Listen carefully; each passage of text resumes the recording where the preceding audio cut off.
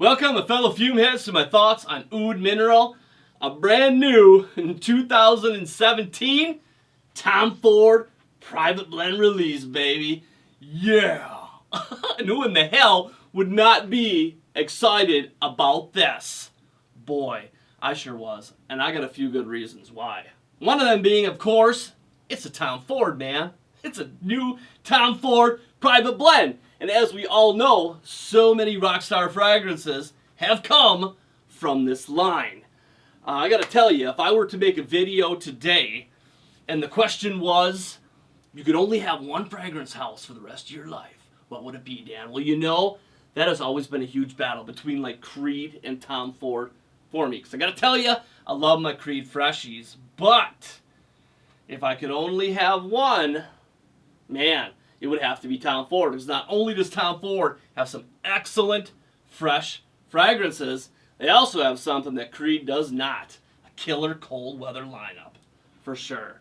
Man, and I would miss the hell out of that cold weather lineup. And of course, I gotta have Tobacco Vanille for my gal. For sure. Reason number 2 why I'm so stoked about this juice is because it combines a couple of my favorite things. Aquatics and oud. Yeah, man. When the hell was this going to happen? I've been waiting years for this moment. Literally. Because if you know me, I am a huge fan of aquatics. Before my fragrance obsession journey started, I wore Acqua di Gio for many years. Absolutely adore that stuff. Still adore the hell out of this juice. Such a beautiful scent. I really appreciate a really well done aquatic, man. So I was waiting for that. Why was it always oud and rose back then? I was waiting for an oud aquatic.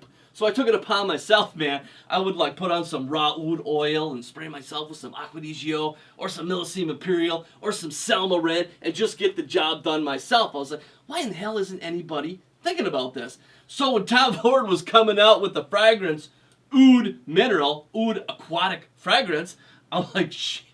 Sign me up, man! What the hell took you so long? Reason number 3 as to why I'm so stoked about this juice. Does it deliver? Hell freaking yeah, it delivers. Yes! Damn right it delivers, man! But there's always gotta be a freaking but. To a point. When it comes to the scent, there's listed notes of sea salt, sea notes, agarwood, pink pepper, styrax, and seaweed. And what you get out of this scent, at the top of this, you can feel the oud. You can feel the smoky, warm woodiness that oud delivers. It doesn't venture into that barnyard territory, but it's there. You notice it, so hell yeah, I love the hell out of that. But what's also prevalent right at the top is the aquatic feel. And as time goes on, the oud dies down and more of that aquatic feel picks up. And what that aquatic feel reminds me of is like something similar to Acqua di Gio, Bulgari Aqua, or Selma Ren. Something in those lineups, you definitely can pick out elements of those fragrances in this. So it's beautiful. It's a beautiful, refreshing, heavenly, smooth, soothing, cooling, aquatic quality. Frickin' well done. So yeah, I love the hell out of that. Do I get longevity out of this? Hell yeah, I get 8 hours plus out of this. Granted, you know, after the 5-6 hour mark, it gets a little softer, but it's still doing its job. It's not becoming a skin scent. One thing, I guess the only thing that I could pick on the scent for is for myself, I wish that agarwood, that oud feeling would kind of hang on a little longer.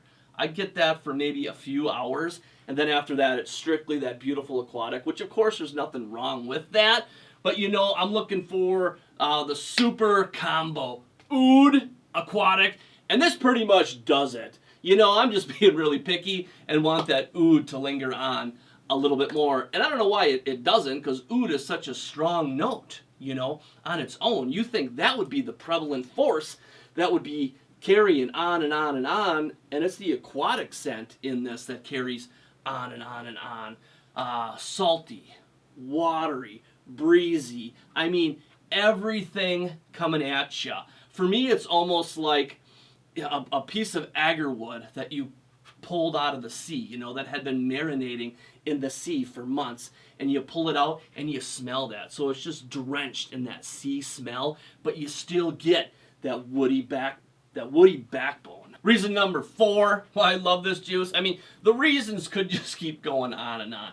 There's so much that I love about this scent, but this is a scent that's going to get you positive feedback. This is a scent that does get me positive feedback. Of course it's going to. I mean, it smells like a friggin' beautiful aquatic. Now, Amanda at the top of this said she could really smell the oud, and once it dried down, it got better for her. So there's that. But I gotta tell you, the oud, you know, if you're not an oud fan, it doesn't really stay loud and proud for that long, but you get a healthy dose of it at the top for those of us that love it. Yeah, it's there. So there's so many things that I love about this scent. What could I pick on about this scent? Well, there was the one thing, you know, I just wish the oud would kind of linger on throughout the entire life of this scent. And there also is another thing that some people, you know, might think of when they try this fragrance out. They might think of, okay, you know, if I wanted a woody aquatic scent for a lot less money, you could just get like Acqua di Gio Profumo or Bulgari Aqua Amara instead of spending the money that goes behind a Tom Ford private blend. You will not get the oud facet that this fragrance captures for sure, but you know, in those Bulgaris and those Acqua di Gios, you do have a beautiful aquatic already. And this fragrance definitely delivers on that. Just gives you a little taste of that oud. But some people might be like, you know what?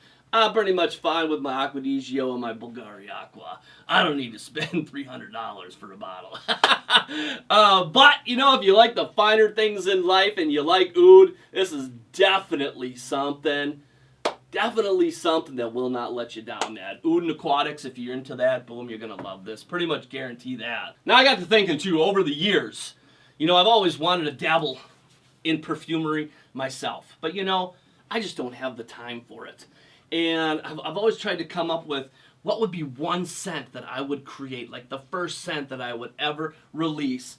And my little journey with this oud mineral scent has really made me realize, you know, that my first fragrance associated like with me would have to be like an oud aquatic, you know?